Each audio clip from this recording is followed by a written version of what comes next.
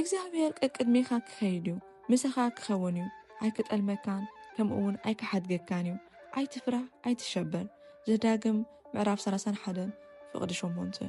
እግዚአብሔር ኣምላኽኩም ምሳኹም ክኸይድ እሞ ኣይጠልመኩምን ከምኡውን ኣይክሓድገኩምን እዩ ስለዚ ጽንዑ ትብዑ ኣይትፍርሑ በኣቶም ኣይትሸበሩ ዘዳግም ምዕራፍ 31:6 ክልተ ዓዋፍ ዶ ብሳንቲም ሽየጣ ኣይኮናን ሓንቲ ካብኣተን እኳ ብዘይ ፍቓድ ኣቦኹም ኣብ ምድሪ ኣይትወድቕን እያ ንስኻትኩም ግን ፀጉሪ ርእስኹም ኩለን እኳ ቁፅራት እየን እምበኣርስ ንስኻትኩም ካብ ብዙሓት ዓዋፍ ትበልፁ ኢኹም እሞ ኣይትፍርሁ ወንጌል ማቴዎስ ምዕራፍ 10:29-31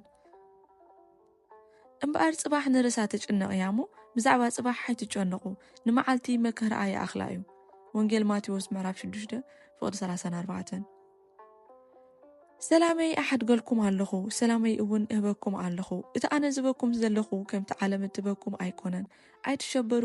ኣይትፍርሁ ወንጌል ማቴዎስ ምዕራፍ 14:28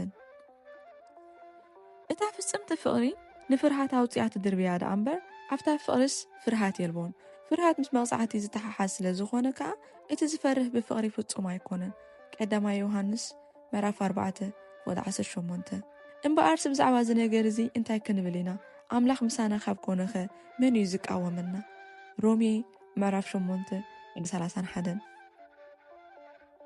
ንሰብ ምፍራህ ኣብ መፈንጠራ ይእቱ ብእግዚአብሔር ዝእመን ግን ብድሓን ይነብር መጽሓፍ ምሳሌ ምዕራፍ 29:25